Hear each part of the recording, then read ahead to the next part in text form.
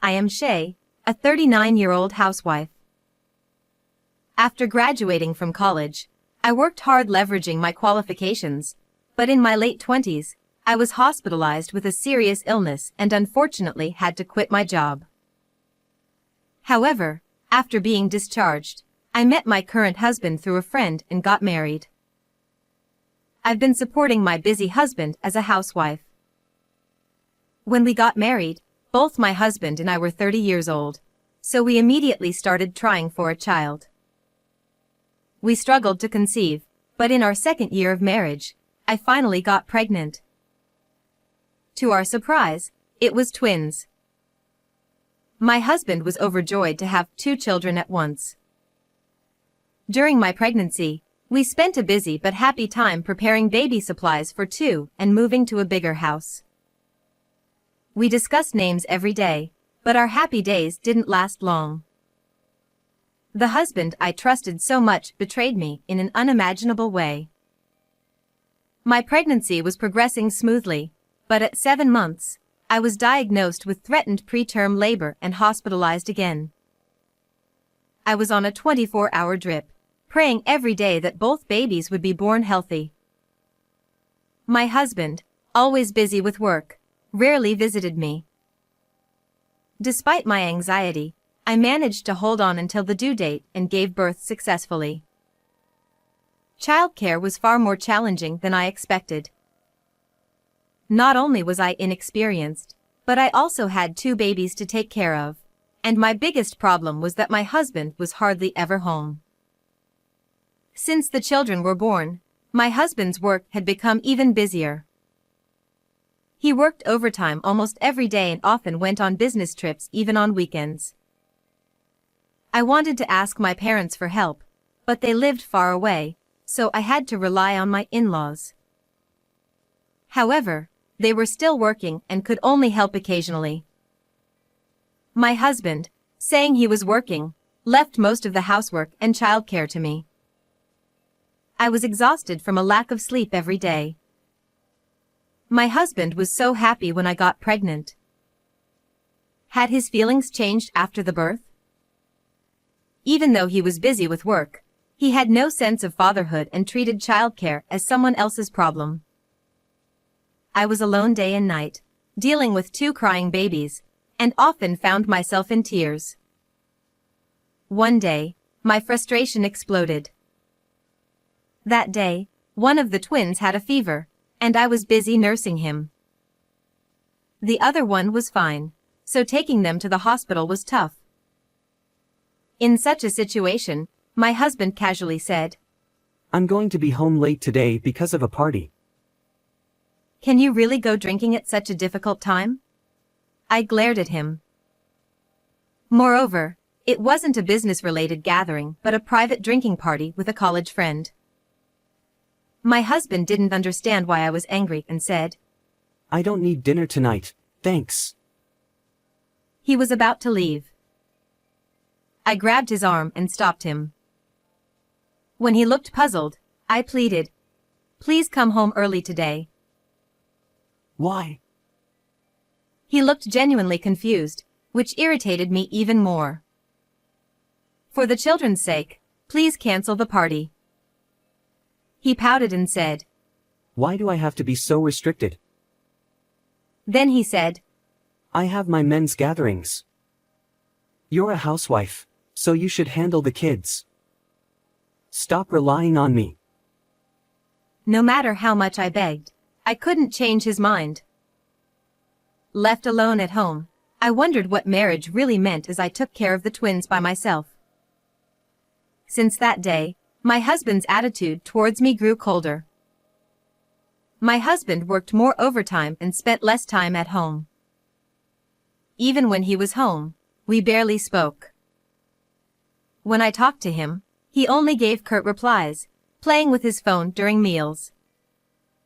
He even started sleeping in a different room from me and the kids. There was no time for us as a couple. Whether he held a grudge against me for asking him not to go to the drinking party or had other issues at work, he never explained why he was so grumpy. Initially, I was concerned about my husband's changes, but as I got caught up in childcare, I gradually stopped caring about his moods. Despite this, as the children grew, childcare became easier. I got used to it, and I started to feel more at ease. After being a housewife for so long, maybe it's time to put the kids in daycare and go back to work? Just as I was thinking this, something happened. One night, after putting the kids to bed, I returned to the living room to find my husband sitting at the table, lost in thought. For once, he spoke to me first. I have something to discuss. Wondering what it could be, I sat across from him at the table. Then, he said something unbelievable. I've fallen in love with someone else, so I want a divorce. I was speechless. We had just settled into a stable life with our twins, and now he said this? He wanted to leave me and live with her. Apparently, my husband's indifference to our home was partly because he had another woman. He admitted he had been seeing her since I was pregnant. While I was fighting for my life and raising our children, my husband was engrossed in an affair. He claimed to be busy with work, coming home late and going on trips, but he was likely with her. I can't forgive this. I felt a surge of anger and wanted to grab him. But then I thought better of it. Getting angry wouldn't change his mind. His love for me was gone, and he had decided to be with his affair partner. Clinging to such a man would only make me miserable. Even if I forced him to stay, we wouldn't be happy. I felt my heart grow cold and sat back down. I told him, I don't mind getting divorced, but I will demand alimony and child support. I decided to end things cleanly and live with my children. I was ready to go back to work and had prepared to be independent. As long as I solved the financial issue, I'd be fine without him. But then he said something unbelievable. Why should I have to pay alimony? I replied, because the divorce is your fault due to your affair. He argued. No, the divorce is your fault. He claimed that he cheated because I was too focused on the kids and neglected him, needing another woman to fill the void. I was stunned. Prioritizing himself over our children was utterly selfish. Despite being a father, he left the twins' care to me and ignored them. How could I possibly pay attention to him? Yet he insisted. I'm the victim here. I won't pay alimony. Then he stormed out. A few days later, he called me. I'm bringing a lawyer tomorrow, so be ready. He sounded triumphant. He had hired a lawyer to fight me over alimony. But I wasn't worried. No matter how skilled the lawyer was, I had no intention of losing. The next day, as promised, my husband arrived with a woman who introduced herself as a lawyer. They seemed unusually close, probably already acquainted. She looked about my age, around 40. I felt I had seen her somewhere before. As soon as she entered the house, she handed me a business card and said, I'm Rachel, an attorney. I'm here to demand alimony from you. The moment I took the card, I realized everything. Ah, I see how it is. I understood and knew I could end this now. All right, if you're ready for this, I won't hold back. I silently stared at the business card, and my husband must have thought he had one. He exchanged a triumphant look with the woman posing as a lawyer. See, since the lawyer says so, you have to pay the money. The woman who claimed to be a lawyer twisted her lips into a smug smile. Feeling a deep sense of contempt for her vulgar expression, I spoke to her. What a coincidence. I am also a lawyer. What? The smile instantly vanished from the fake lawyer's face. I continued. The business card you just gave me is actually mine. She was speechless, her face turning pale. I continued. Now that I think about it, we have met before, haven't we? The woman stammered. Ah, are you possibly? She muttered while staring at my face. Sweat began to bead on her forehead. My husband, still clueless about what was happening, watched our exchange in a panic. But as soon as I showed him the business card, he turned pale and exclaimed, Ah, Yes, I used to be a lawyer. About 10 years ago, I worked at a law firm, and the woman posing as a lawyer had come for a free consultation. No wonder her face seemed familiar. At the time, she sought advice on repaying her debts. I listened to her story and gave her some advice, but she never returned to the office after taking my business card. I had been worried about her because she seemed quite distressed. Later, I was hospitalized due to an illness and temporarily deregistered as a lawyer, so I had completely forgotten about her. I never expected to meet her again like this. She probably didn't recognize me either, as 10 years had passed, I had lost weight, and changed my hairstyle. Approaching her, I said, It's illegal to pretend to be a lawyer without a license. Would you care to explain this situation? She clung to my husband's arm, stepping back, but my husband, realizing he couldn't escape, confessed everything. What I heard from both of them left me astounded.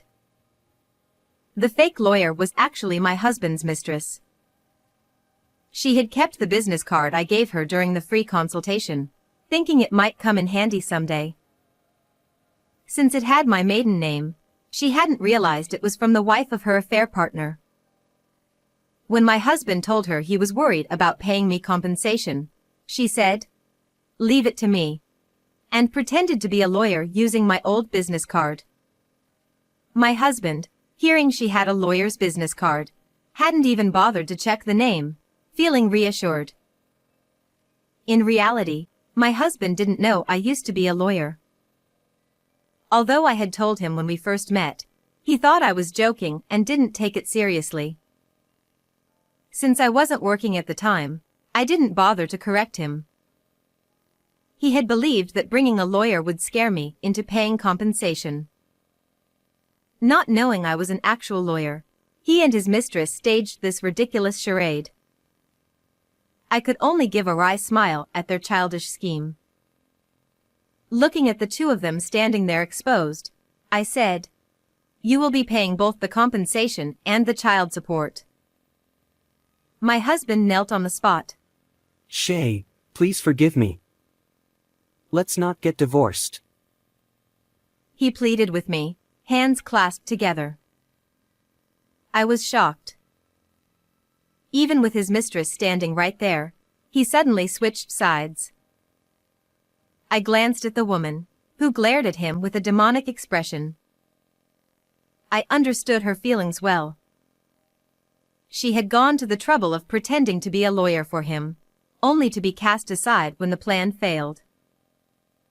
My husband, oblivious to her presence, clung to me and shouted, Shay, I need you. Let's be a family again. The kids need a father, too, right? So please, spare me the compensation. It was clear he only wanted to avoid paying. His pitiful lies made me nauseous. It's too late. Neither I nor the kids need a scumbag like you. Leave with that lawyer. No, that fraudster right now, I said, driving the two of them out. My husband tried to stay, but the furious woman grabbed him by the collar and dragged him out by force. From outside, I could hear her shouting and his screams. It must have been quite a scene. Later, I sent them certified letters. To my husband, I demanded a divorce, alimony, and child support. To the mistress, I demanded compensation as well. My husband ended up with a miserable fate. Depressed after our divorce, he tried to focus on earning money for alimony and support. However, the furious mistress stormed into his workplace and spread the news of their affair, ruining his reputation. Losing his job, already struggling financially, and burdened with debts, he now works as a day laborer, barely scraping by under a younger boss. The mistress, who had quit her job hoping to marry him, found herself in even deeper debt due to my compensation demand. I saw her recently, dressed gaudily, walking arm in arm with an older man. She was likely heading to work at a girls' bar. It's a fitting end for the two who tried to scam me. As for me, I re-registered with the Bar Association and got a job at a law firm. I placed my kids in daycare and returned to work as a lawyer. Though the long hiatus poses challenges, helping those in need is rewarding. I want to show my children what it means to live independently and proudly. Well, everyone, goodbye for now. Thank you for staying with me until the end. How did you like today's story? Please subscribe to the channel. See you in the next video.